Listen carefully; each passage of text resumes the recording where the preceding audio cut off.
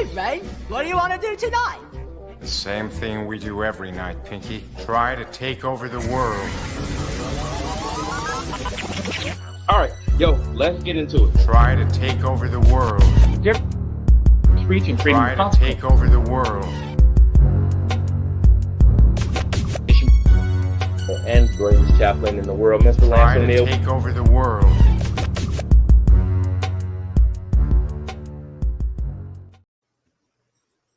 Yo. What up, world? It's your boys, the Pogues. We are back. It is Sunday, 8:30 p.m. Eastern, and we are back for another episode of Two Pogues, Two Pogues, and we are live. It's your boy, KJ Bradley, and the world's greatest chaplain, Mr. Lance O'Neill. What up, Chappie? How you doing?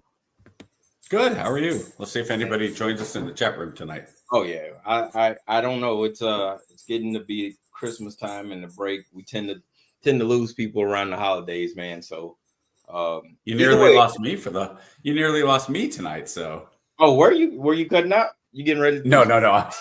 Oh. I'm just joking. Oh man, listen. I know the wife is up in New York to see her folks, so I got daddy daycare duties for the next week. So it's gonna be fun and games. The kids have already set traps out for the elves. They got surveillance cameras running in the living room because the elves keep disappearing. So, my goal for the week is to survive. That's it. That is the plan. We'll see how that works out. What about you? You guys got any plans for Christmas, or what's the move?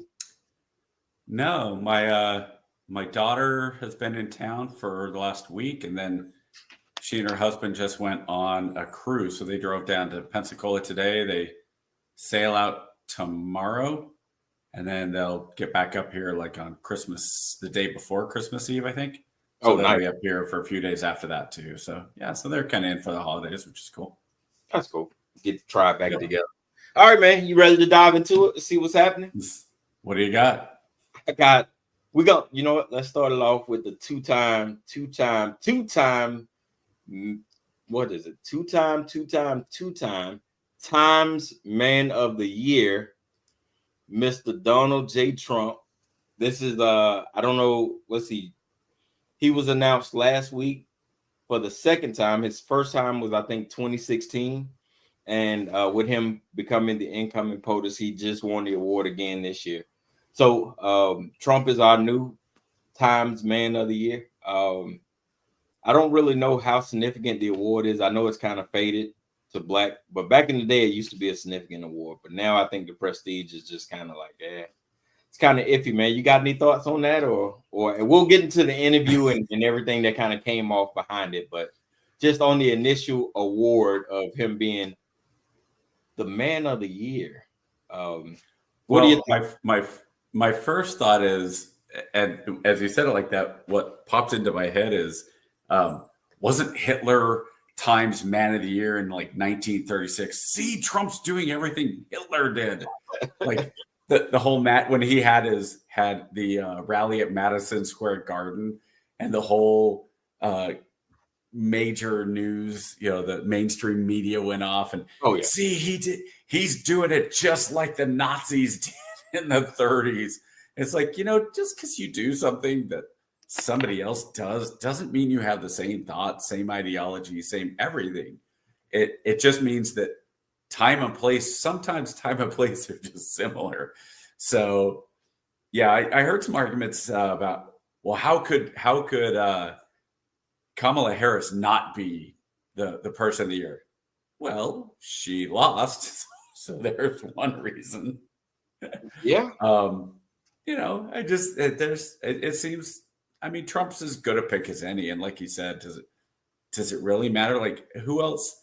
If you say, and we're such a short attention span as a really globally in a lot of ways, let alone just in the U.S. Like, if you think, well, what else happened this year? The most major thing is obviously the election, and it's weird to think the election happened 6 weeks ago. It's been like 5-6 weeks already. Yeah. And this is why I kind of laugh at some of this stuff. If Trump wins, it's the end of democracy. It's the end of whatever. And my favorite was all the people who voted for Trump voted for the end of democracy. So they participated in a democratic election, and that ends democracy? Like, really? Okay. So I just kind of have to laugh. I don't think Time magazine is. I don't think Time even prints anymore, do they? Isn't it just a digital version? I don't know. I think they still print. I mean, they would. I would imagine they do. Still, They? I'd imagine so. Now, they might, but the only thing I can think of seeing when you go through the supermarket, I see the fancy, the fancier booklets of Time magazine when they do, the retrospective, like Time, the 90s in pictures, or Princess Diana in pictures. You know what I'm talking about, kind of like the fancier magazines, and some of those. I'm curious if somebody collects those, because that actually could end up being a pretty kind of cool collection, just because the way we are digital, there's very, very few people deal with analog. At least I shouldn't say very few people. By contrast, it's few people. Yeah. Professor Google says yes, Time still has a print edition. So yes, they still do print that you can subscribe to. I think that kind of harkens back to, we've gone away from we don't own anything anymore, right? Like, as a society, right? Everything is subscription based, right? If if they take a movie off of your favorite streaming platform, then no matter whether you bought it or not, or even your album, right? If iTunes decides not to stream, Off the Wall by Michael Jackson or something, then that album's just gone. If you don't have the hard copy, you can't get access to it anymore. Is that true? So if Apple loses, if you've lost, okay, so you go on and you buy Bad, right? Yeah. And then for whatever reason, Google Music, if that's the thing, Google Music purchases the licensing rights to Bad, and they say F you to Apple, we're not going to let you sub-license it anymore. Even if you bought it through Apple iTunes, you wouldn't have access to it? No, you would then have to go buy it through Google, which is ridiculous, right? That is pretty ridiculous. That is cattywampus, but that is the game. I've talking Wait, to what happens then? So what happens if 10 years later, if Apple gets the rights back, do you get your original purchase?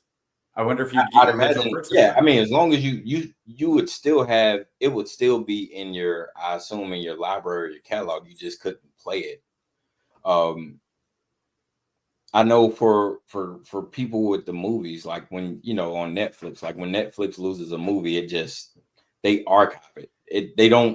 They remove it from your selection, but they don't remove it from the database, just in case they eventually get the rights back to it and they can put it back up. So that's not really purchasing, though. Like, I wonder if it's different. Like, if you go onto Amazon Prime and you purchase the licensing, you buy a copy of Moana. Well, yeah, it's the same thing with the movies. Yeah. So if Disney says we are going to now go exclusive, because you remember years ago, they stopped issuing certain movies even on the Disney streaming, right? You couldn't get. I think The Little Mermaid for a while went away. Yeah. And so if you had a digital copy, it went away. Yeah. Right? Yeah, you had to watch it exclusively through the Disney Plus app. Because what if they say we're not even going to? But if they say we're not even going to, we're going to lock it out of even we're not even going to let it be available through Disney anymore. Well, Song of the South would be a great example. If they ever decided to release Song of the South, and then they turned around and said, "Whoop, that was a mistake." If you bought it, would you have access to it?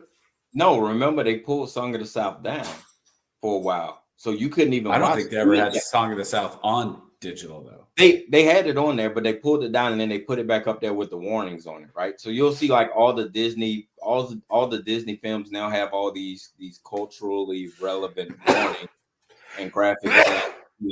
These films were made. Bless you.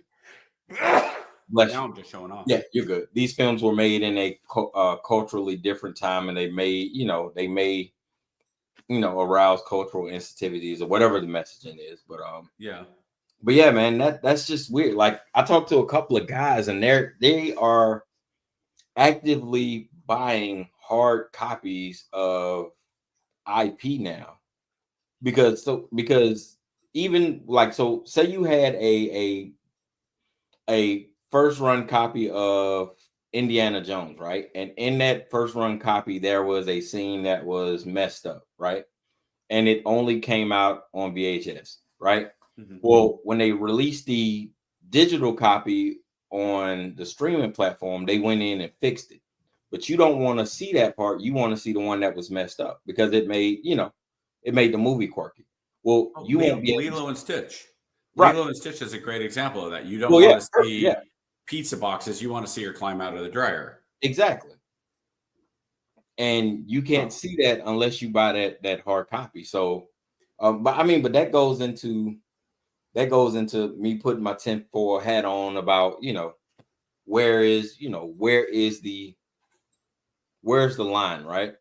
In media manipulation, because if you can go back and just change the story at any time or correct it, if somebody falls off stage or somebody hits a note wrong. I think what was it, Alicia Keys, when she was performing, she missed a note during the live performance, right?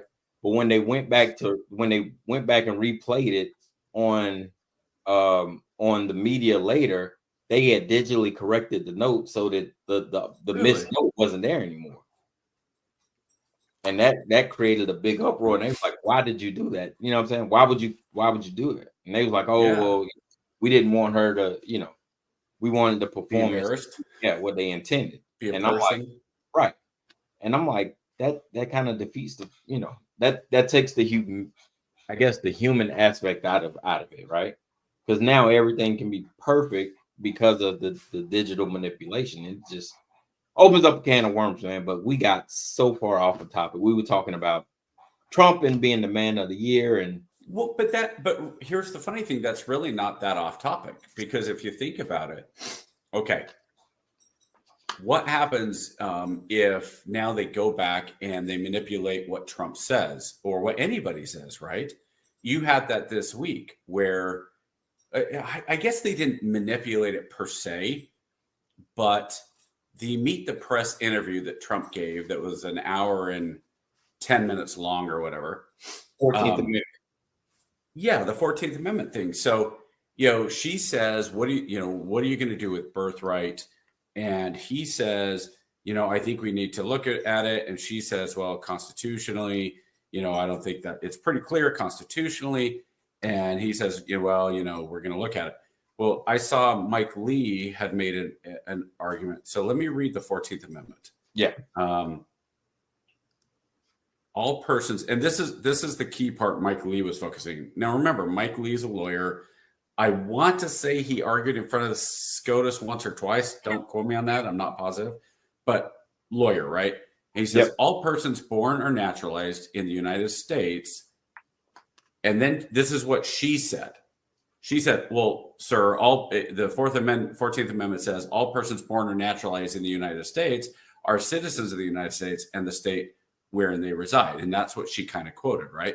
Mm-hmm. But the actual amendment says all persons born or naturalized in the United States and subject to the jurisdiction thereof are citizens of the United States and the state wherein they reside. So Mike Lee's argument was, well, the and subject to the jurisdiction thereof. And since that's never really been defined, perhaps it's up to Congress to define what that means under the jurisdiction thereof. Now, I don't know. That's many layers above me and all that.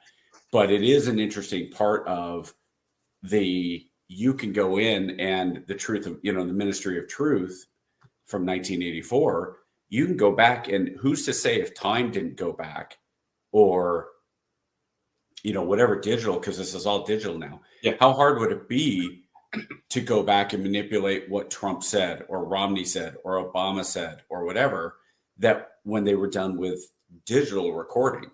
Now it's a little bit harder with analog, because like you just said, maybe somebody's going in and buying the IPs, and I'm still waiting. Honestly, the way Disney does cash grabs, I'm honestly kind of amazed that Disney hasn't done, and they never did a Blu-ray of Star Wars original release, the 1977 original film, because you would have had a lot of people that would have gone back, and they could have done all three movies and gone back. And I personally would probably go buy a copy of those three, because I don't like some of the changes that were made, especially in Empire Strikes Back and Return of the Jedi, how they changed the actors and the voices of characters like Boba Fett and the Emperor, some of those things. So even putting in the Jabba the Hutt scene from In A New Hope, where Han goes to the hangar and Jabba says, basically tells him, hey, you dumped the shipment. Now you owe me more money. And Han says, hey, you know what? Don't send Greedo after me. You come after me yourself. And he steps up and down over Jabba's back. What they did, that originally was filmed with just a big fat dude who, no, seriously, he was just a big fat guy. And he was the actor, and he had these extra skins, and it made him even bigger, and he was Jabba the Hutt, right? And then they went back and they digitally put in Jabba.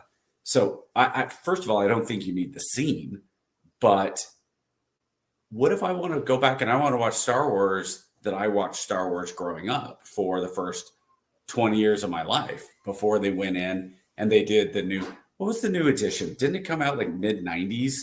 So, I watched the original Star Wars for 20 years of my life, and then going in and it's like, Boba Fett's actually from New Zealand? What the heck? Yeah, it takes away from that. I don't know. For me, it takes away from that. There's a certain magic, right? When you're creating, especially back then, you have to be inventive and intuitive, right? And when you get a behind the scenes look at how that was made, right? Like when you watched it for the first time, you didn't know that was a fat guy right there, right? But then when you found out about it, that just made it. Well, that scene wasn't even in the original. Really? Yeah, that was a cut. That was never even in it because it didn't work. Yeah, they added that in later to introduce Jabba.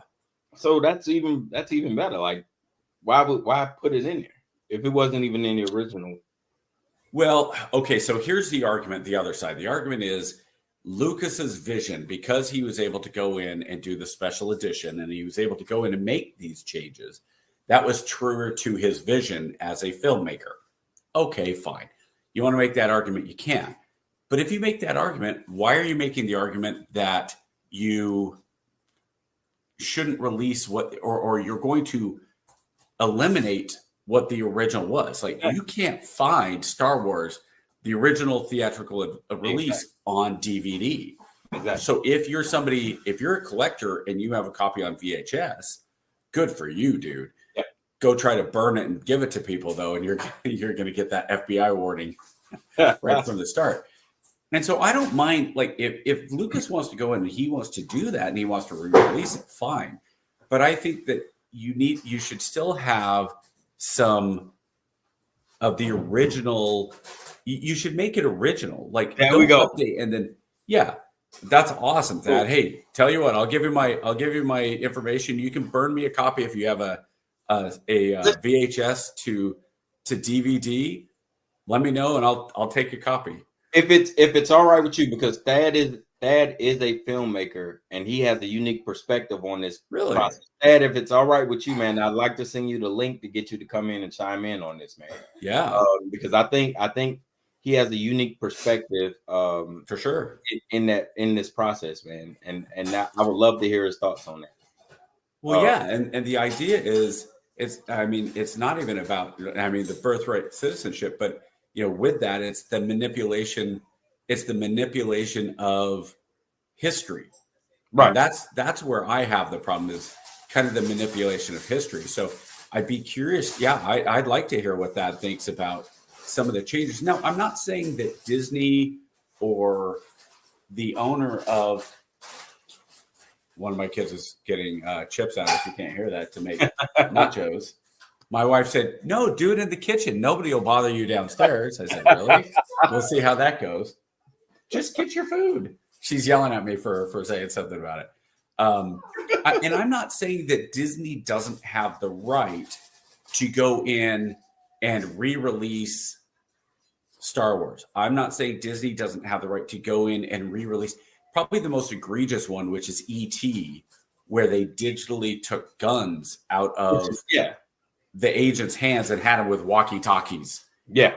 That's pretty egregious. Stuff like that, stuff like that is just, it makes no sense. Like, well, I don't like writing a history like that. You know what I mean? But even if they have the right to do it, fine, do it, but don't then go in and scrub the original.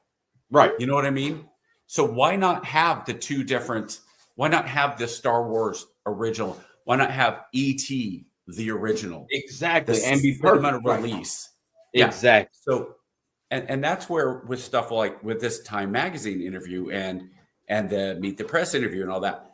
That's why I think Trump changed the game when I don't remember what interview it was, but he was doing an interview with somebody. I want to say it was Leslie Stahl of 60 Minutes, and they aired the interview with, it might have been, I don't remember if it was President Trump or candidate Trump in 2015. But then Trump came out and he released his unedited version. I was no, that's not what I said. And then we were filming it ourselves, and CBS was like, "Oh, you can't. Now you agreed not to." It's like, well, and Trump's like, "Hey, you know what? You broke the agreement by maliciously editing this stuff. So why shouldn't I be able to?" Yep. Hold on, I got Dr. coming in. Yeah, that's cool. Dr. Jones, I presume. That's right. Yes, sir. Can y'all hear me? What up, man? Yeah. So Gotcha. What's going on? So in regards to the IP and then the manipulation of going back and adding and altering films, what do you, because I know as a filmmaker you have a unique perspective in that regard. What are your thoughts? Well, a couple things. The first thing is that, to me, altering the original makes it a new IP. Because you've already copied I should say this. Some of the altering is enough that it changes the storyline. And if it changes the storyline, it's no longer I'm no lawyer, but in my thoughts, it should no longer be under the same copyright. Right, because when we copyright our scripts, we are allowed to make changes as long as it does not ultimately change the story. Right, so there are updates to a copyright to a script all the time that has already been copywritten. But what we are talking about now is a finished product, right? That has already been copywritten as is, because the script and the film is a separate IP. Okay. So as the film becomes released, then you have to go, and I'm sure somebody at Disney or somebody in there is going back and covering their CYA, right? Covering butts on it. But that's one thing. But then the other thing is we have, it's been done a lot. I remember the Goonies. There's a scene in the original theatrical version of a giant squid in the lagoon. When they come down and they get in, right before they get to the pirate ship, there's a scene with a giant squid, but you can't find it anywhere. I have several copies of the Goonies, trying to find the original theatrical release where that squid is, and you can only find it on there's a couple places on YouTube where you can actually see that this was later removed because I knew that was a cut scene, or so I don't know. So you're saying in the original theatric release the squid was in there? Yes. Oh. So when I saw it originally as a kid, again, that it's when films are released, a lot of times those films are released in a test market first. Right. and then people, oh well, the kids didn't react to this, or and it gets another cut before it gets a major theatrical release. And so that was one of the scenes that hit the cutting room floor. But I've seen it. I saw it in theaters when I saw it, and when I got the copy later on as an adult, I was like, there was a squid in here. There was a giant something, and it's no longer here. So this is not something new. But as a collector of hard media, I find it. I knew this was coming, so this is why I collect DVDs. I collect VH. I have VHS. I don't have Laserdisc because I never owned a Laserdisc player, but I've got Blu-rays because streaming doesn't allow you. Like you're at the whim of somebody else to be able to say, nobody's really watching this. I'm going to pull it down. Yeah. Even if you've purchased it. So, people purchase those codes to be able to watch films. And, it's you hear Disney say it all the time. Better not say that too many more times. But you hear them say it all the time. Yeah. This is going back to the vault. Right. And we were talking about that. Yeah. Yeah. So I think what's coming out now? E.T. is that what's getting another theatrical release? Yeah. Right. Are they going to remake it, or are they just going to release it for what I guess it would be 50th anniversary, something like that? Yeah, I think it's the 50th anniversary. I think they're just going to they're more times than not what they do is they enhance the resolution of these things, which is not a big deal to me. It doesn't seem like it. Just to make it, because most theaters are now digital projection and not film projection. And then the other thing is, there's a whole generation of people who have never seen E.T. And so they're going to probably more times than not, they are going to release what was the latest version of it without any changes. Well, so that becomes E.T. will be a good test of this, because then you say, all right, they're going to re-release E.T. Actually, I think E.T. was 83, 84. So maybe it's the 40th year anniversary. It was 82. Yeah, I thought it was 82, but it could be wrong. 82? Mm-hmm. What a weird time to re-release then. Yeah, June 11th, 1982. Yeah. 82. Okay, so I wonder when. Okay, so they're re-releasing it for whatever reason. So then the question is, are they going to release the version with the walkie-talkies or with the guns? Knowing Disney, it'll probably be walkie-talkies. Well, which is stupid. I think one of the things that people are going to want to talk about in that is that you've got a bunch. When we were coming up in that time frame, it was nothing to see the agents with guns, right? Yeah, but we are in a time now where every helicopter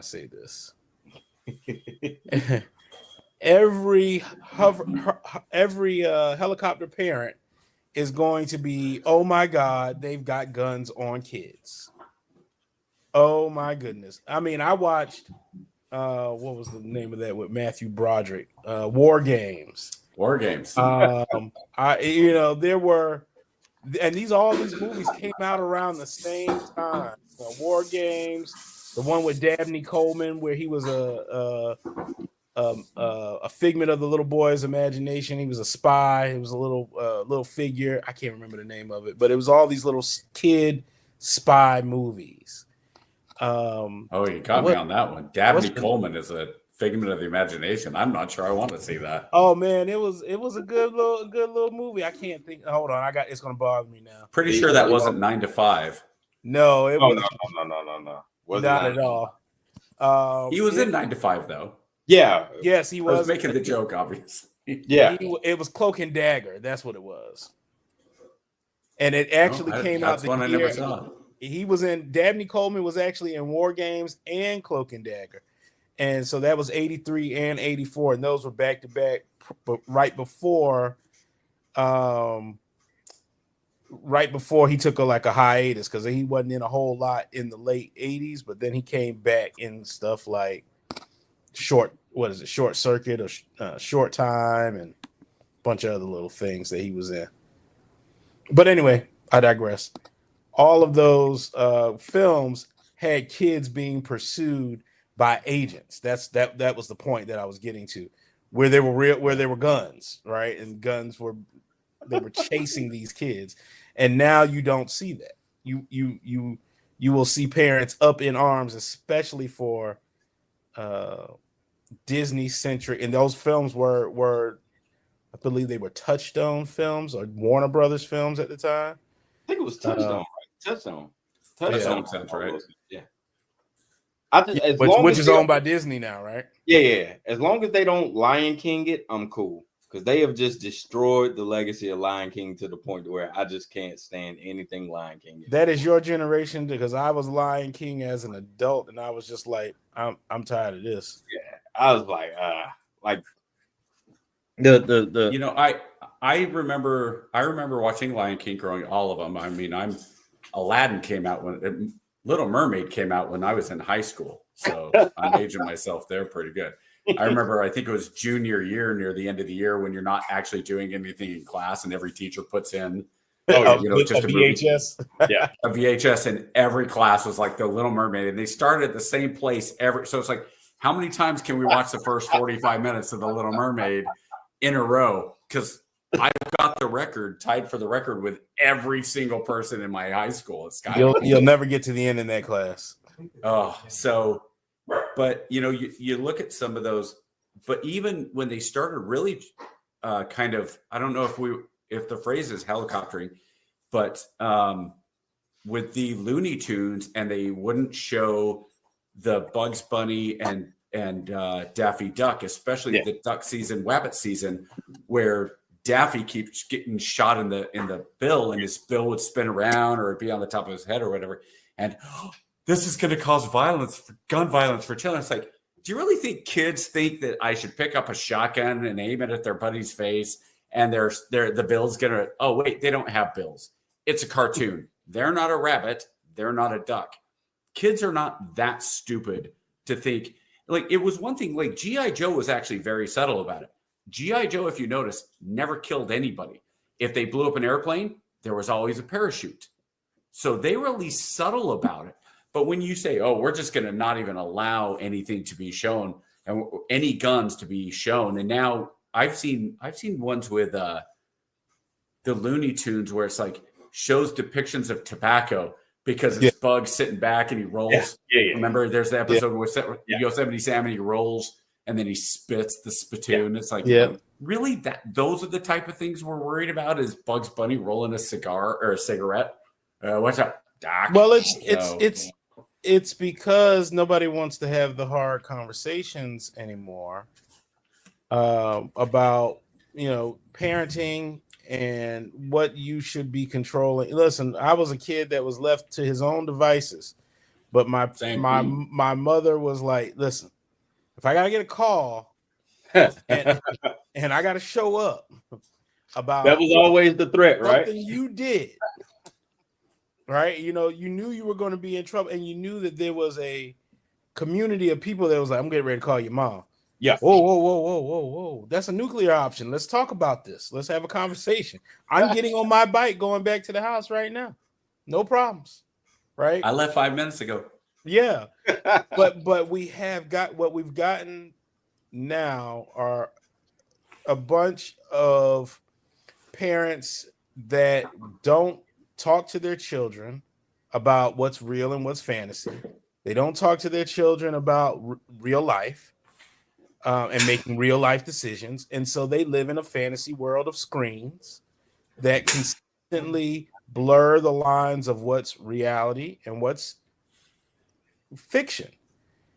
And not being able, we talk about this in media literacy all the time when we're talking about movies, not being able to make a clear distinction between the two is how we get a whole generation of people that don't know real news and real facts from someone's opinion of the fact. That's interesting you say that. I was in one of the high schools volunteering. I have to say volunteering.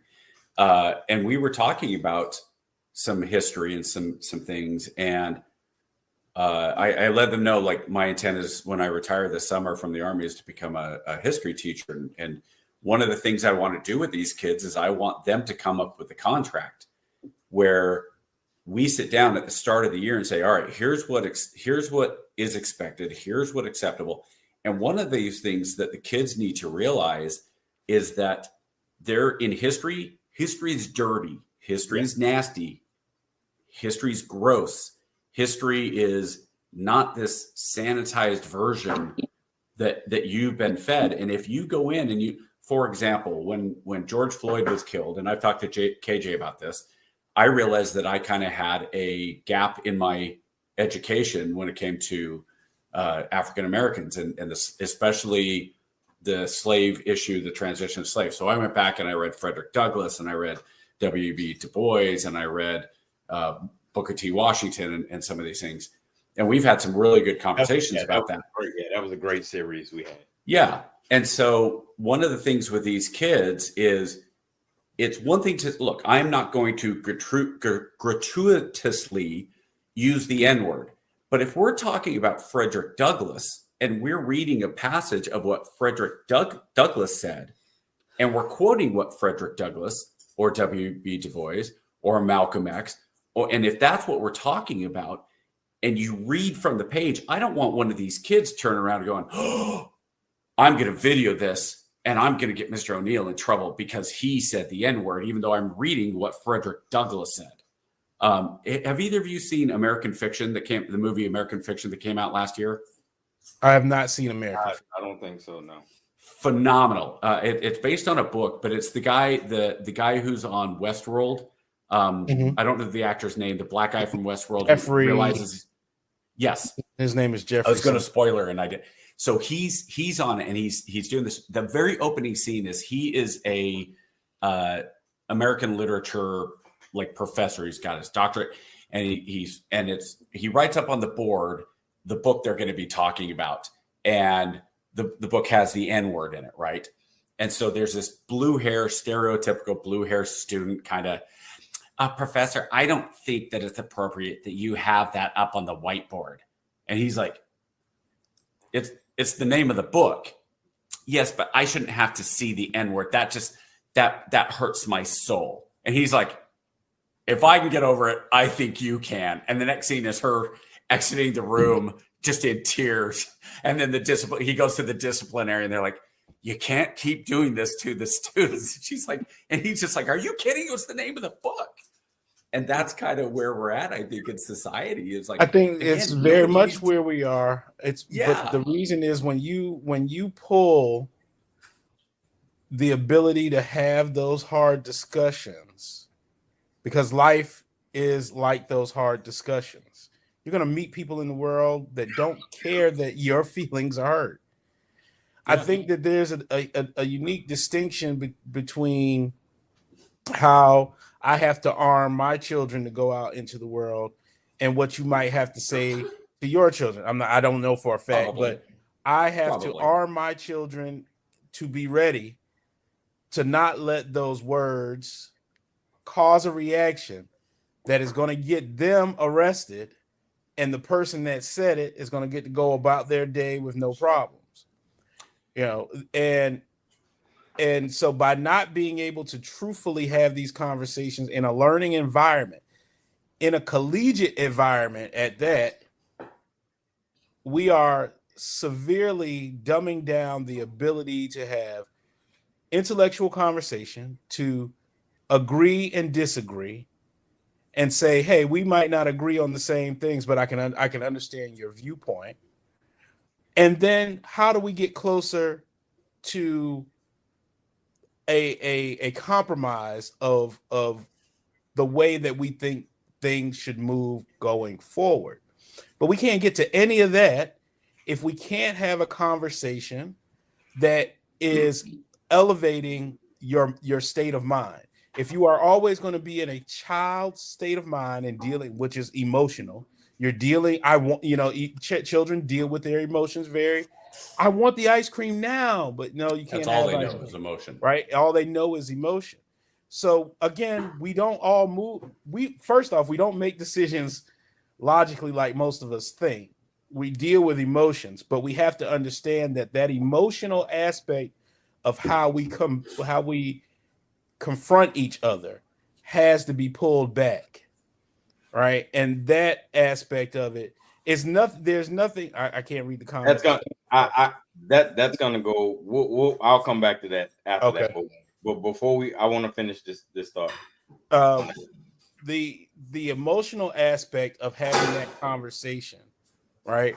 I can't. There's nothing more satisfying to me than having someone think that they're going to push my button by saying something, and for me to be in control of my faculty enough and just pull all the way back and say, all right, let's talk about that.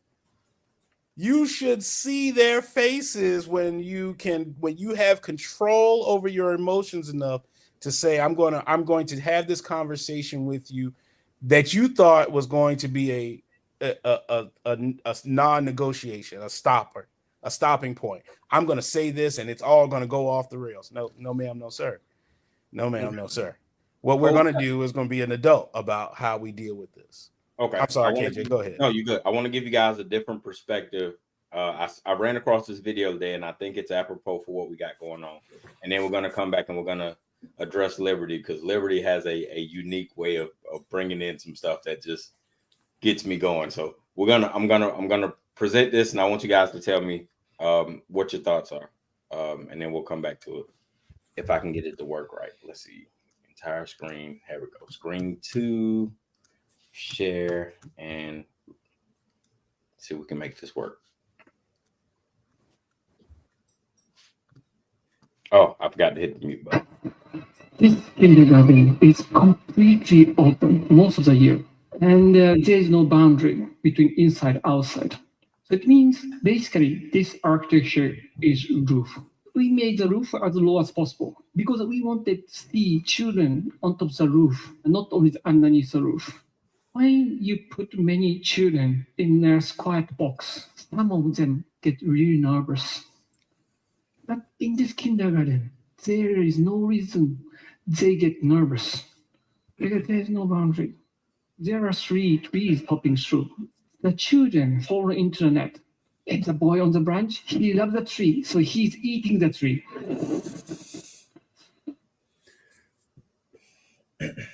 In this kindergarten, these children show amazing concentration in the class. And these children have the highest athletic abilities amongst many kindergartens. Principal says, I don't train them. We leave them on top of the roof, just like a sheep. Now, these days, kids need small dosage of danger.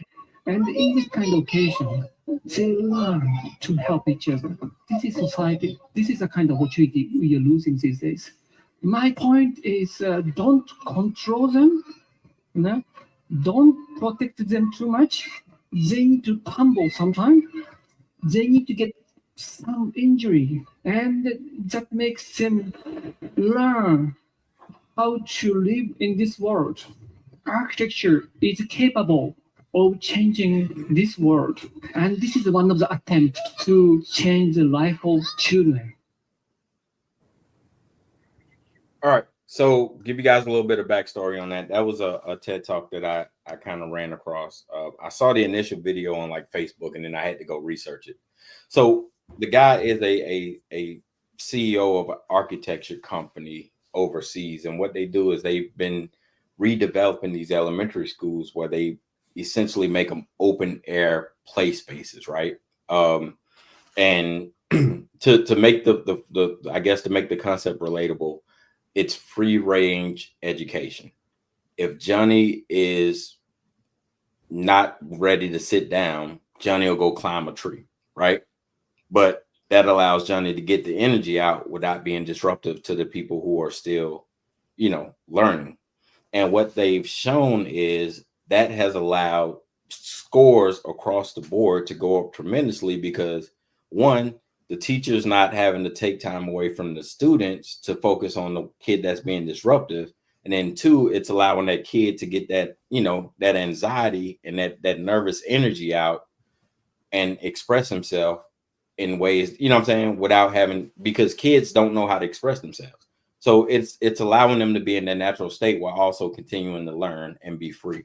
And it was a really dope. He goes on for like an hour and a half, just kind of talking about, the different ways. And they follow them. It's an entire elementary school, and the access to free range gets expressively more open as the kids get older, to the point to where they're completely independent by their like third grade. And it's amazing. And they were talking about how it could be, how it can transform the education system as a whole. And then I thought it was apropos, seeing as if we talked about last week, with the closure of the DOE and this being a transformational administration. Let's see some transformational ideas that may be what. But what are you guys' thoughts? Well, I read a book called Bad Therapy recently by Abigail Schreier, and she talks about this quite a bit in similar ways, in terms of we are too focused on what the kids' emotions are and what their feelings are.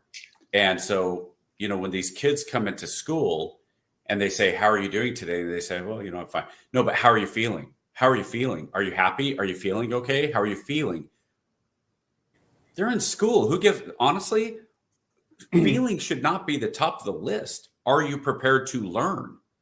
Are you feeling well? I care as a teacher. I care physically you're feeling okay or not. Emotionally, hey, now's the time to set your emotions aside, come to the school, and be ready to learn. These kids at elementary school in Japan, I think that especially, my guess is the boys especially benefit from that. Because the way we do school in America, school is not meant for boys. And what I mean by that is sitting down, and I've seen it in my own son, telling him to sit down as a 6, 7, 8-year-old, sit there for basically 8 hours a day with a short recess break and a short lunch break, but you have to sit there the rest of the time. Boys are not good at that. They need to be up. They need to be able to run around. So the few times I've been in the elementary school in classes and the kids start getting a bit jumpy, the boys start getting a bit, I basically say, "All right, everybody up. Simon Says, touch your nose." And we'll play Simon Says for 10 minutes. I'll tell you, by the end of the day, when these other teachers go, "How'd it go? How'd it go?" I'm like, "They were fine." They're really? Like, they normally kind of get a little rowdy, this and that. It's like, no, the minute they started getting rowdy, we played, I got their energy out.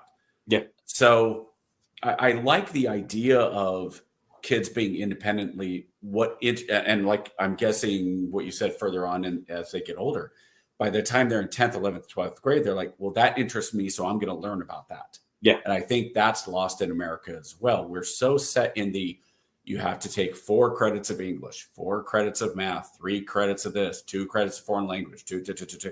Meanwhile, it's like, you might have a kid that goes, "I'm really interested in being a mechanic. And so I can take 1 class as a sophomore of welding and 1 class of whatever as a junior," instead of going, "Hey, why aren't we setting this kid up for success? Does he really need an American lit class? Probably not." And if his entire day is him going in and just working on an engine, if that's his passion, why not? That kid's going to be a better mechanic than you or me. So let's make him a better mechanic than you or me. So I think we are a bit too, we also we're ignoring the natural talent the kids have.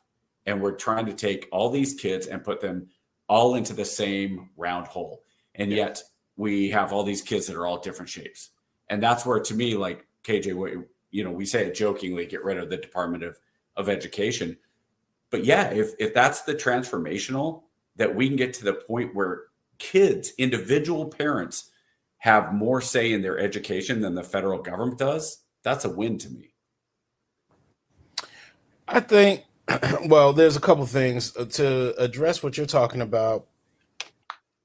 A standard of education is what, this whole thing is built off of, because school is not designed to produce, thinkers. School is designed to produce workers. Yep. Be able to follow the minimal instructions, go into your factory, blah, blah, blah. Push the button, hear the sound, pull the lever, continue moving on.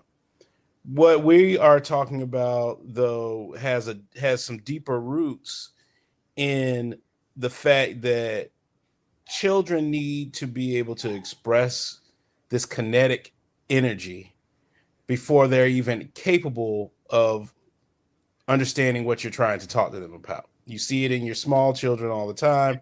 It's like they got ants in their pants. They can't sit still. You take them outside, they run around, they play, they explore, they come back in. You can have a conversation, right? Because you kind of worked out that kinetic energy. What I've also seen, though, I've seen. I hope y'all hear my dog in the background acting a nut. We all got him, yeah. But what I see with our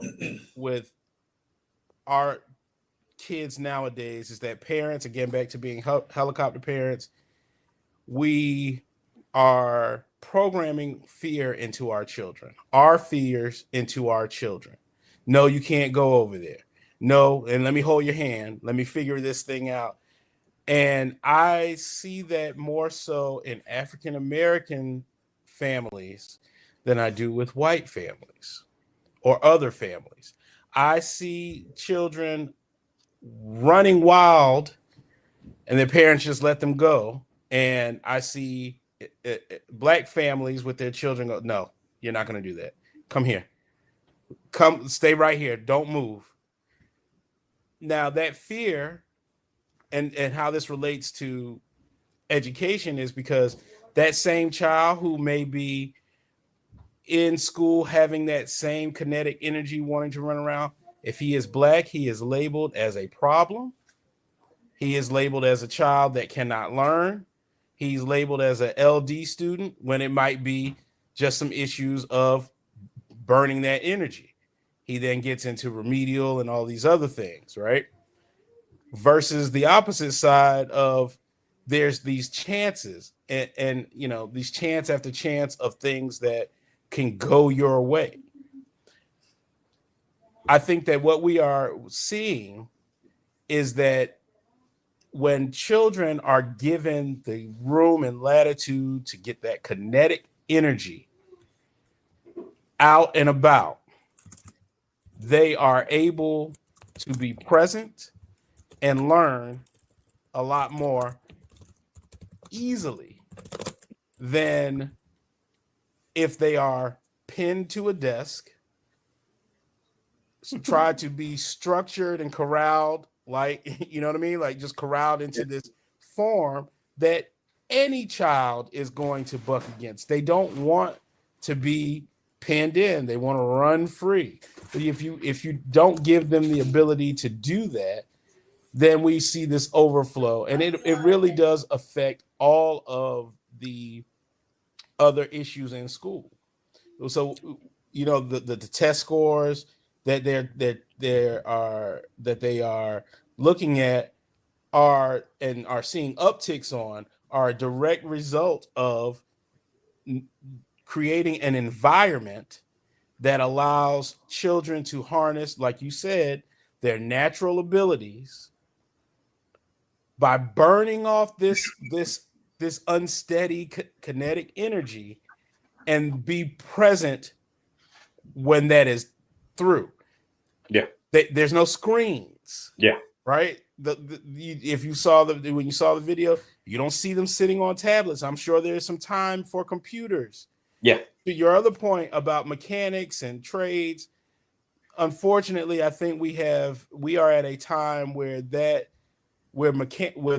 type of mechanic or that type of traditional trade is getting further and further away from the actual jobs that we see here in the States, right? And so you might see a plumber, you might see carpentry, you might see something with logistics, but mechanics are all now you need to be some kind of computer technician to work on most of these cars because they're all run by computers, while most of the engines are made of plastic. So let me push the conversation forward and ask you then, are we at a point now to where there's a way where we can merge those two ideas together, right? We can bring back those trades, but also pivot toward a look into the future where it's saying, okay, we're not necessarily bringing back shop in a sense to where you're doing it with your hands, but we're bringing back shop to where we're building quantum chips or we're teaching you the manipulation of quantum chips. I think there's definitely a tactile version of this, that there is some version of doing these things with your hand, but also I think that we have to prepare our students for where the world is going, right? And we're not going backwards. We're not going to go back to an all metal engine. What we are going to end up going forward to is an engine that is computer controlled, that is running on an alternative fuel source, that all these things, and we are not preparing our students to think beyond. The craziest thing to me is that the Cybertruck now looks like the trucks that we used to draw when I was a kid. When we were kids, every kid was drawing this same style of car, and now you see that. And so to me, that tells you, if you let children and nurture children and their natural gifts, you are going to see them make the strides for the next evolution. To blend those two things together is what you need to be focused on. Blending and capturing where children already are with what the technology and the capabilities that we have, and creating curriculum that creates the environment for that to foster. Okay. So I think the problem with what the Cybertruck looks like is we were all crappy artists growing up, because I can't draw a lick, but I could draw that truck.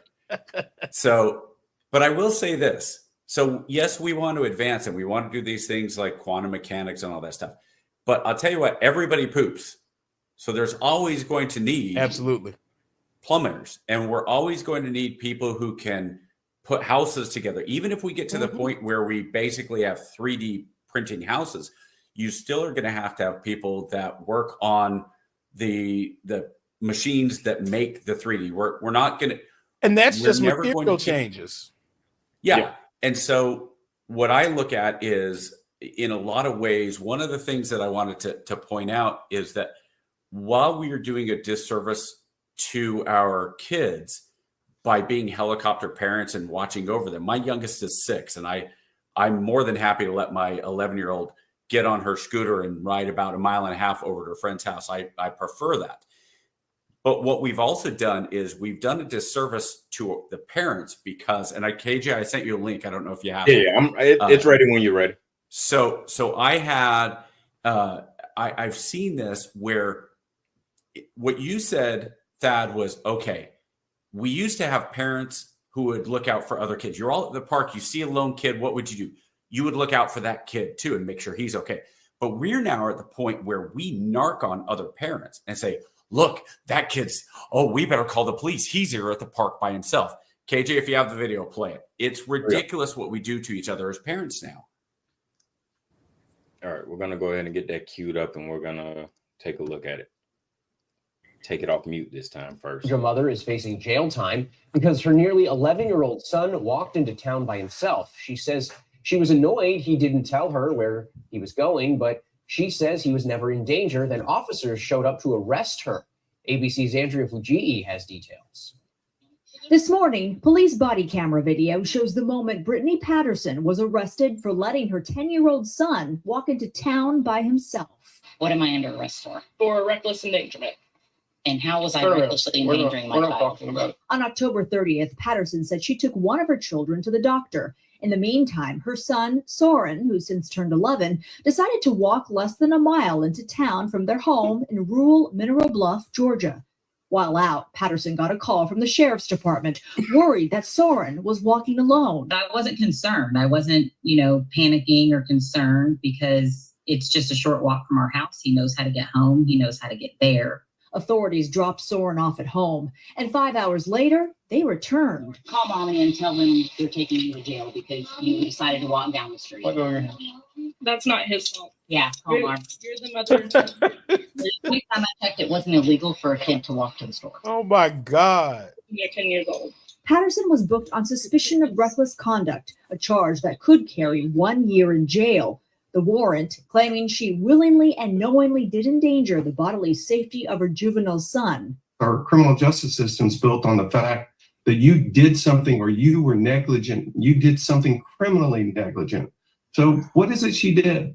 Authorities have offered to drop the charge if Patterson signs a safety plan that includes the use of a GPS tracker on her son's phone. But she refuses to sign it or admit doing anything wrong.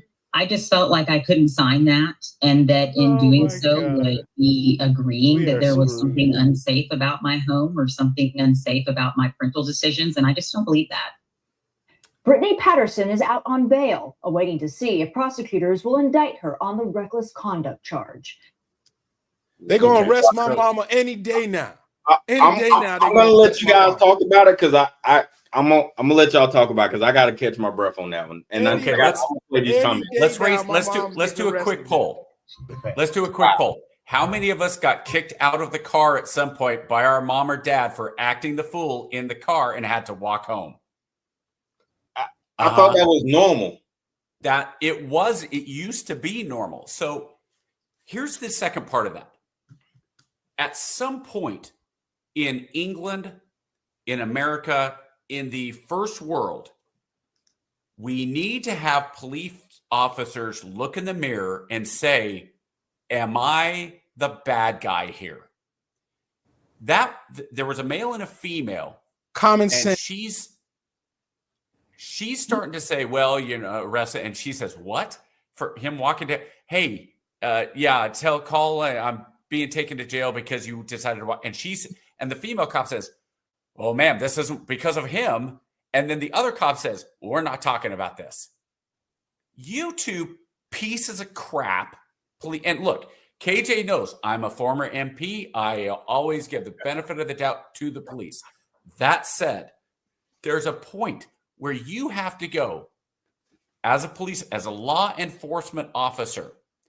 Am I being the bad guy here? When I'm king of the world, the very first thing I'm going to do, I'm going to make sure every police vehicle is painted highlighter pink or highlighter yellow.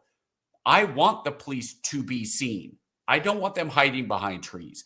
I don't want them with a radar gun saying, oh, I'm going to get some people because my county needs money. Police officers are supposed to be there to support and protect, not catch. Catch is very specific, right? Now, if you're doing the right thing as an officer, mistakes will be made still. I get that. But these police officers who don't, if somebody calls and I'm an officer, hey, we've got a 10-year-old. I'm kind of worried. He's down here. He's been walking around. Can you go check? And I go to that kid. I say, what was his name? Soren or something like that. Sure. Hey, Soren, buddy. I'm Officer O'Neill. Hey, I'm just checking. Where do you live, brother? I live down there on whatever street. How far is that? About an hour. Okay. Hey, or about a mile. Does your mom know you're here? No, I walk in. Okay, dude. Any issues? No. You know how to get home? Yeah. Okay. Just, hey, man, you get in trouble, walk into any of these buildings. You just make sure you get inside somewhere. And if somebody approaches you that's not supposed to or something, you know what? Just yell and scream as loud as you can, and you fight your butt off, but get in one of these buildings. Otherwise, go have fun, little man. That should have been it. But instead, we are calling the police. We don't agree on everything, Chappie, but we agree on this. It is ridiculous that a 10-year-old can't walk into town to the store. Listen, I was walking to the store by myself since I was 8. All right. Oh yeah. I was coming home to a home by myself with a key. It makes no sense to me. And then you show up 5 hours later and place the parent under The kid arrest was fine, and the kid is at home. Like, I'm in trouble because you decided to walk to the store. It's not because of what he did. It's because of you. Ma'am, do you have any children? Because if you don't have any children, you don't understand this at all. But I guarantee you've been a child that has walked off and done these things on your own. And it just makes no sense that we're spending money because she's going to go to trial. That's going to be, I mean, it just, if you look at the cost of what's going to happen for someone not having common sense, it's ridiculous. It's a poor way to be a steward of funds. It's a poor way to be a steward of the responsibility of being an officer, because at some point in time, can we just have a thought like, okay, what law has been broken here? You trying to give me an aneurysm. If it's another link like that, we go have a problem. I tell you, it's that one almost hit me over the edge. No, this one's a little bit different. This is a contrast. This shows you the difference between how we do things in America. We'll go back to Japan. Japan has so much right. And instead of incorporating it and looking at things like Japan does, now Japan doesn't always do everything right.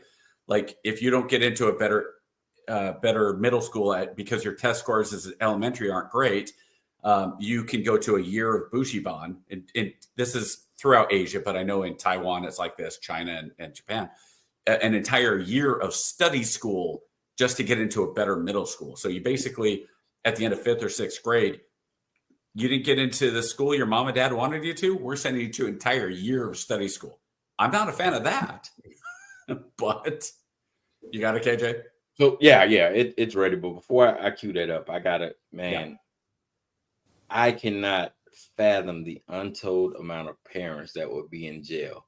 My grandmother, my aunts, my uncles would send us to the store with a list, 1.5 miles one way with the list, and we would go uphill buy cigarettes in the snow, both ways. Yeah. No, but literally, we would go buy cigarettes and bread and milk and whatever we needed for the day, and walk back. And if you had the audacity to come to my mama's house after she just worked a 15-hour shift and talk to her about and try to arrest her for doing something that I needed to do to take care of the house, you must get ready to take over. You must want to raise them. All right. God bless your soul. And that is the we talked about the pendulum swinging, right? And that is a picture perfect case of the pendulum swinging too far the wrong way, because what the frick frap, and I'm trying my best because we got a new Salty War Pig. Welcome to the show. I'm doing my best to be on my best behavior, man. I like that the algorithm pushed them onto us. We like that algorithm, whatever that was. I just that makes no sense. So we're gonna go in, and we have been Japan heavy here lately, man. Buchiban and like I said, educational system. Japan. There are some things about you. Have you ever watched the Japan where they're moving people in and out of line to go into Comic-Con, and it's like these groups, and it's insane how just even the stuff of the pictures of what public toilets look like in Japan versus America. Listen, some of the stuff we do, and I don't know how we do. I don't know who goes into public toilets in America, because they must be like literal animals, because there's like feces thrown up against the wall. Last year, I went and picked up my wife. She was flying into Atlanta, so I drove out from Augusta to pick her up, and we were going in to get a drink. We went into the Circle K, and I needed to just urinate. So I go into the men's bathroom. I go in. I'm like, I really got to pee before we go. So I'm like, what is that? I go in. Somebody toilet here, sink here. Somebody had taken a deuce under the sink. Not even. It's like, what goes through your brain that you're going, I have to actually get down and squat and then back up and go under the sink as opposed to I gotta go in the actual. And then when I went out and I told the guy and the employees, they were like, "Well, there's nothing we can do about it." I mean, because they were from it was Iranian, I believe, owners, but Middle Eastern. Oh my and I God. was like, "Dude, are you serious?" And he goes, "I don't get paid enough to go clean that up." I'll tell you, I worked in a convenience store, put myself through college, and I will tell you, there are some disgusting folks in the world. But one of the things I will say is that when you do find a convenience store that the clerks care enough to keep the restroom clean, you mark it on your mental Rolodex. You I better. know I can go back to this place and it will be clean. You better. That's why every city we need a Buc-ee's within driving distance. Listen, shout out. Hold on. Shout out the Salty War Pig. Quick Trip. Oh yeah, Quick Trip. Fun fact. Before I joined the Army, I worked while I was in college. I worked at a Quick Trip, man. One of the best jobs I ever had, man. Working through college, matter of fact, I rode my bike to and from work every day. One of the best jobs I ever had, man. And I hope they you're over really 10 years took care of old. you. Oh, I know, right? Heaven forbid I try to do something like that now. Lucky you. I was at a Kangaroo. They don't even exist. Oh yeah. No. Quick Trip. I remember Quick Trip. Kangaroo. Yeah, Quick Trip. They, as far as employee packages and benefits, like we got stock options. They won. Quick Trip was an amazing. It is still an amazing company. For I just wanted to put that out there, man. One of the best jobs as a teenager I could probably ever have. But let me get that video queued up for you guys, and then While you're queuing that, yeah. If there was a Buc-ee's close enough for me to drive to, I would probably go work at a Buc-ee's instead of teaching high school because of the benefits and the pay packages. Oh yeah, we go out our way. Go out our way to go to the Buc-ee's, man. Buc-ee's Sure did. The only problem is we spend god awful amounts of money at that. I've never spent so much money at a gas station in my Of course. life. Jesus Christ. Oh, every time you can't get. It's like going to Costco. You can't get out of Buc-ee's under $50. Oh my God. And that's without gas. You're right. Oh yeah, normally it's about 100. All right. Yeah, I spent about $100 in there. Yeah, I do about every time too. The brisket sound. Oh Jesus. You know what? Let me cue the video. I'm partial to the barbecue turkey, but man, but I get let it. me do this video. God, my. The closest Buc-ee's for me is almost 3 hours away, though. Let me stop. My wife watches this show, and I'm on a diet. Let me stop. Yeah, watch this. All right, here we go. ってひろきくんを観察しているうちに随分歩いてきましたよ。しかもな。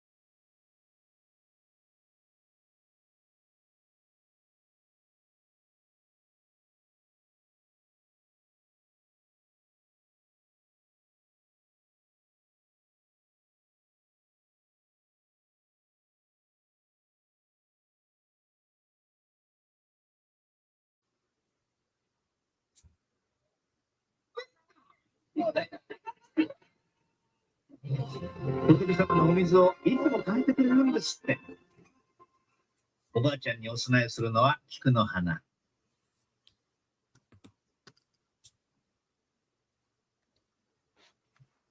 Sorry about that, fellas. Oh, good. Glad I wasn't the only I read one the who wasn't subtitles. Was I having a stroke? No, I put you guys on mute, and then I think by putting you guys on mute, muted the system for you guys. Yeah, but with the subtitles, you get the idea. So that's a game show. So that's a game show And what they do is they give these tasks to these little kids. That one was 3 years old. And they, just like I said, here's your flag, here's your task. And they start sending them out at 3 years old to complete these tasks. And it's a show that follows these Japanese kids. And what they're doing is they're putting the kids in a semi-controlled and yet still not completely safe situation to go out and learn and be in the world. And it's something that increases their worldview, but it also makes them more confident. What is better than a confident 7 or 8 year old kid who's like, I'm going to go out and I'm going to play basketball. I'm going to go play on the monkey bars. I'm going to go kick butt at this test because I know my times tables, as opposed to what we have in America, these 8-year-olds who go, I don't feel okay, so I don't think I should take the test today. And the teacher's going, you don't feel okay to take the test today? Well, oh, little Billy, then we better not give you a test today. If you don't feel up to it, I better call your mom. Hey, Mrs. Miller, Billy said he wasn't feeling well today, so we're not going to make him do the test. And that's okay, though. So what we're going to do is I'm going to talk to little Billy, and I'm going to talk to him about how he would feel better about taking the test. And if he's a little more verbal, then I'll sit down with him. But don't worry, I'll work it out, Mrs. Miller. Well, you're identifying everything that is wrong with the way that we move forward in our society. You know, it's to me, it started with participation trophies. I can't stand them. I think it's it's the whittling down of that confidence. It's the whittling down of the putting in the work to get to something, where now we have kids that expect it to happen overnight. Yeah. Well, I've already played the game for like 12 hours and I just can't do it. What do you mean? I've made a TikTok video. How am I not famous? Right. It's this microwave. I need it right now. I don't feel up to it. My feelings. Yes, your feelings matter to you. And you need to do the work to control your feelings and understand that the world doesn't stop because you feel bad. But we are not setting our children up to deal with the real world. And I think that lack of emotional intelligence is crippling our society in more than one way.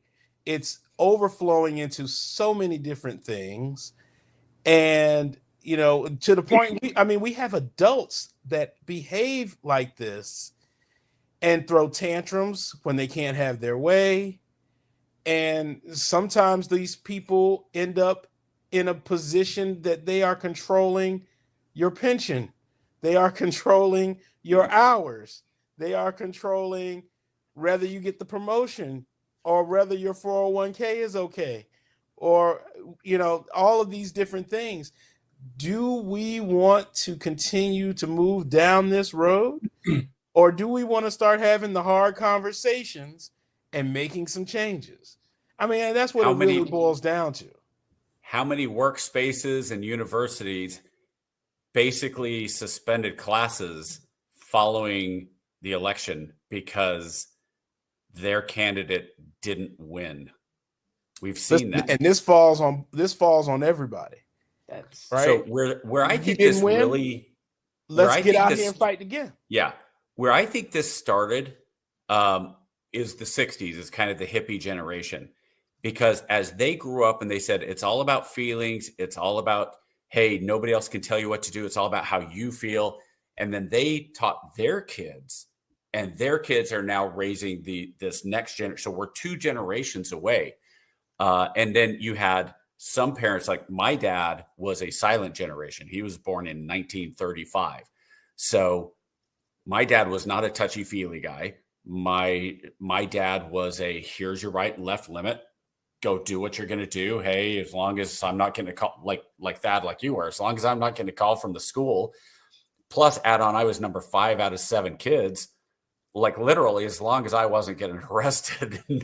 I wish my dad had been more like, hey, you need to study. You need to do this. I wish there was more guidance. But at the same time, we have people who, instead of learning the lessons, the right lessons and wrong lessons, they take all the wrong lessons. And what I mean by that is, so I could have looked at my dad and said, because you hear a lot of, well, that's the behavior I was modeled. My dad was a verbally abusive alcoholic. Therefore, that's how I'm going to justify that I'm a verbally abusive alcoholic. Instead of me going, well, look, my dad didn't say, I love you to me growing up. So I'm not going to say it to my kids. What do? I do the exact opposite. I go, that's something that's I feel what like most people do. It's either one or the other. You're either going to go the way that you saw it or the way that was modeled to you, or you're going to go the exact opposite. And for me, like you, it was the exact opposite. And it's not that my father was that way, but I always tell my kids, I love you. I always tell my kids, listen, I'm here for you. My father didn't speak his emotions, right? I love you, son, right? All right, that kind of guy. He was in the Air Force, right? So he's what you guys call a chair He's jockey. a pog. He's a pog. He works. So one of the things that I do also, my dad he was an insurance salesman, so he would talk to anybody. And I'm actually a natural introvert, which a lot of people don't really get, but I am. I really am. But I force myself to do things that are uncomfortable. We came out of a movie theater. The last movie I saw, I was in Gladiator 2. I've only seen a handful of movies. And I heard this little kid in the background, probably 3 or 4 years old, making a lot of noise and yelping and this and that. But it's a Tuesday evening, so I know mom and dad are likely there with the kid. Probably don't have the money for a babysitter or whatever. Okay, so as we're walking out, it was a black family, so mom and dad were black, and the little kid obviously black. And as we're walking out, I said to the dad, I said to them both, I said something like, "Hey, is your son on the spectrum?" Because you can I've got a master's in family and marriage. So there's some things there that I kind of picked up on pretty quick. And they said, yeah. I said, okay, hey guys, I'm going to tell you something right now. Don't worry about what your son's doing. Nobody in there was offended that he was making the noises. I certainly wasn't. You guys, probably your first date in a while. And they would kind of like look at each other like, how did he know? Like, yeah. I said, look, guys, you're doing a good job. If your son bothers some people, that's on them. Go out, live your life, have fun. He's autistic. You're supporting him. You brought him with him. You guys are doing a good job. Don't let you tell anybody otherwise. And you could see the mom just kind of like the weight lift because she was worried. You could tell. And it just and she said, thank you so much.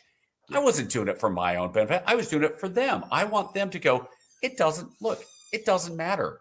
You're at a movie. Now, do I think that parents should necessarily take a 6-month-old into a movie theater? No. But I understand it. There are circumstances where that has to happen. When people get mad at parents who take babies on airplanes, well, look, the baby's got to go with the parents. Maybe instead of freaking out, you go over and say, hey, I'm some random stranger, dude. I'm going to be right there in this tube. I'm sitting right next to you, and your baby's kind of freaking out a little bit. Do you need a break? I'd love to take the baby for a few minutes. Maybe just being with somebody else would freak the baby out. I've had that happen. And of course, it's half and half. Either the baby freaks out and after a minute, you have to give them back and go, I tried, and they appreciate that. Or the baby goes, oh, I'm with a new person. Who's this? And they settle down. So instead of, and that's where, like, going back to the helping each other, if we looked out for each other and we actually just tried to have a little bit more, I tell my kids this because I've got an 11-year-old and a 15-year-old, and they fight sometime, boy and a girl, and so they fight. And so when my 11-year-old gets poked by my 15-year-old, and she kind of freaks out a little bit, I'll say, hey, was he trying? Is it possible that he was playing with you, or is he trying to be mean? And every time she'll say, he was being mean. I said, is it possible that he was trying to play with you? Yes. Okay, then let's see if we can take it that way. And if we just were to look at things in the best possible light, how much better would we be as parents, as a community, as kids ourselves, as teachers, whatever. Just, we need to look at things in the best possible light. We need to get Greg Easterbrook back on to set us straight about how good we are, how good the world actually is, instead of focusing on all the negatives in the world today. So I'm going to mute and let you guys have your final thoughts. There we go. All right, boys, we are up against the clock. Time is upon us. So, Dr. Jones, you are our impromptu guest for this episode. Welcome. We thank you. So we'll let you go first with final thoughts, and then we'll bid you adieu. Appreciate you coming on and sharing your insight, good brother. Anytime I try to catch y'all. My final thoughts: own your own, buy DVDs, support local filmmakers, let your children run free as much as you can. Be there for them, right? But don't let them don't pass your fears on to them. We tend to give our children our fears by, no, you can't go over here, no, you can't do this, I got to hold you close because the world's not safe. And yeah, it's true, the world it's not always safe, but you have to know how to deal with that. And so don't cripple your children by coddling them and making them think that things are always going to go their way. I think we need to be better to each other. We need to give each other the benefit of a doubt and have the hard conversations. We need to teach our children how to have the hard conversations and build that resilience in. So even if you're having a bad day, the world still goes on. The sooner we do that, we're going to find ourselves as a whole society in a better position to make the changes that we really want to make, versus, ice skating uphill.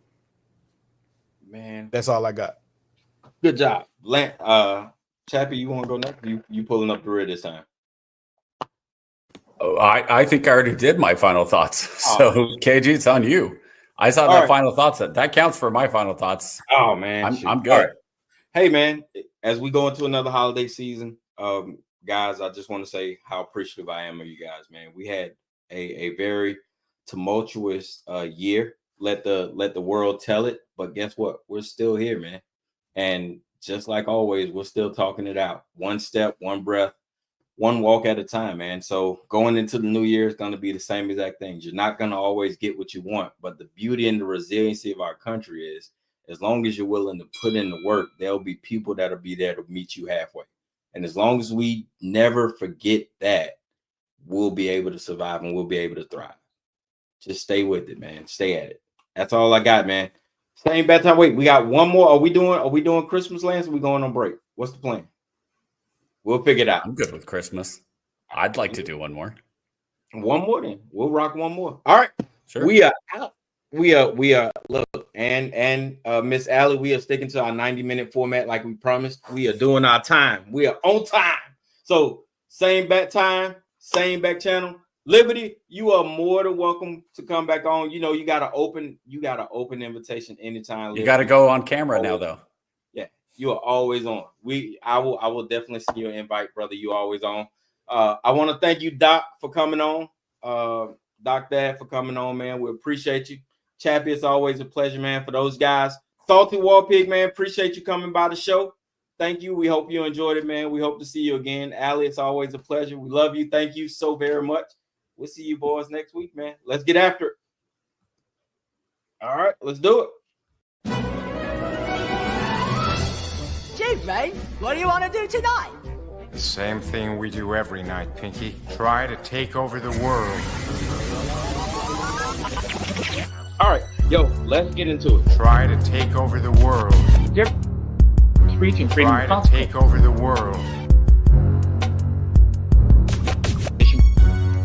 And greatest chaplain in the world, Mr. Lance O'Neill. Try to take over the world.